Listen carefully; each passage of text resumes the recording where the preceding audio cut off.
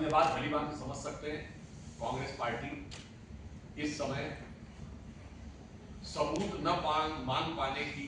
जो खिसियाहट, उस छटपटाहट में इस ढंग का बयान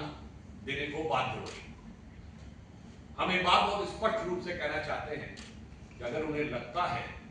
कि कोई डाइवर्जन की बात है तो मैं सिर्फ कोट करना चाहता हूं, पाकिस्तान के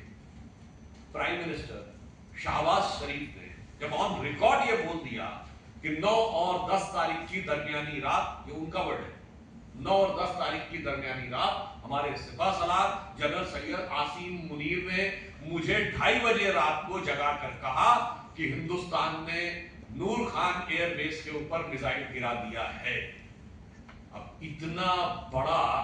जो डाइवर्जन हुआ जाके नूर खान एयरबेस पे, ये अगर कांग्रेस को नजर नहीं आता है तो मुझे लगता है उनकी नजर के ऊपर से लगता है राष्ट्रवाद का पानी पूरी तरीके से हट चुका। सेकेंड पॉइंट,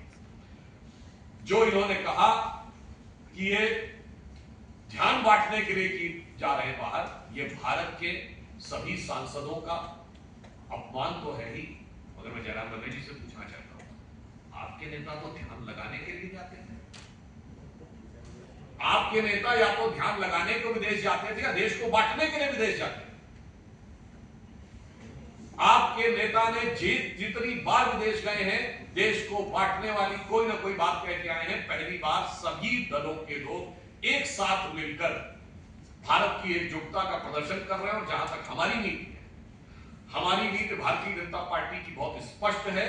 कि इस ढंग के मौकों के ऊपर दलगत भावना से ऊपर उठकर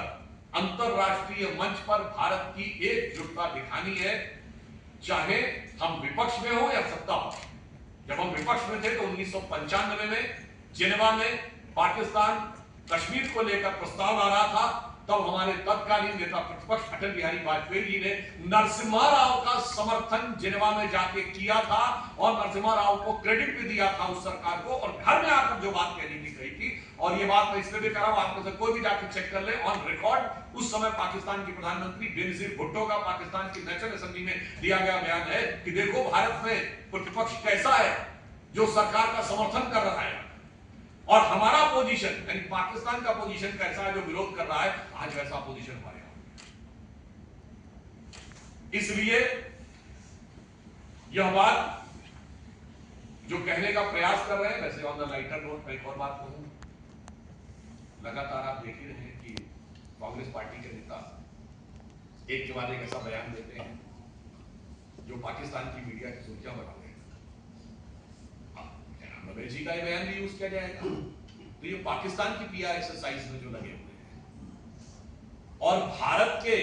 इस गंभीर प्रयास को जो पीआर कह के डायल्यूट करने का प्रयास कर रहे हैं। मैं एक बात कहूंगा कि कुछ मामलों में उनकी मानसिकता और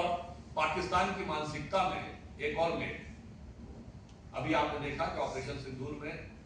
जिस अप्रतिम शौर्य का परिचय भारत की सेना ने दिया और जो गंभीर क्षति पहुंचाई, जिसका मैंने अभी आपको बता दिया कि पाकिस्तान के प्राइम मिनिस्टर का पाकिस्तान के आर्मी चीफ को कोट करते हुए बयान है, इसके बावजूद वहां के आर्मी चीफ का प्रमोशन हो गया, क्या बन गया, फील्ड मार्शल। ठीक, उसी जहनीत से पैबस्त है, वो जंग हार कर फील्ड मार्शल बनते हैं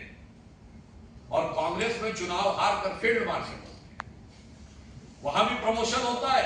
यहां भी प्रमोशन होता है। तो इसे मैं कहना चाहूंगा, तो इसलिए दोनों तरफ बैठकर एक ही विचार, एक ही भाव, तो मिले सुर मेरा तुम्हारा करते हुए भारत के प्रयासों को इस प्रकार से अवांछित रूप से छोटा साबित करने का प्रयास बचना चाहिए कांग्रेस पार्टी को। और मैं कांग्रेस पार्टी और इंडी गठबंधन से, जो मैंने अभी मॉर्निंग में कहा उसे रिपीट कर देना चाहता हूं, इंडिया अलायंस नाम रख लेने से दिल से भारतीय नहीं हो जाता। आज इंडिया अलायंस के तमाम नेताओं के बयान पाकिस्तान की मीडिया में, पाकिस्तान की संसद में, पाकिस्तान की सेनाओं की ब्रीफिंग में, पाकिस्तान द्वारा भारत के विरुद्ध दिए जा रहे डोजियर्स में कोट किए जा रहे हैं। तो ऐसा प्रतीत होता है कि ये पॉपुलर फ्रंट ऑफ पाकिस्तान की तरह इंडिया अलायंस बिहेव करने लगा है। और खड़गे जी का बयान हो या राहुल जी का बयान या जयराम रमेश जी का बयान हो, ऐसा प्रतीत होता है कि पाकिस्तान में पॉपुलैरिटी की प्रतिस्पर्धा में ये एक दूसरे से आगे निकलने में लगे हुए हैं। पर मैं फिर कांग्रेस पार्टी से यह अनुरोध करना चाहूंगा कि इस मौके पर जब भारत के सर्वदलीय प्रतिनिधिमंडल विदेश में जा रहे हैं तो इस प्रकार की बात करने से बाज आना चाहिए।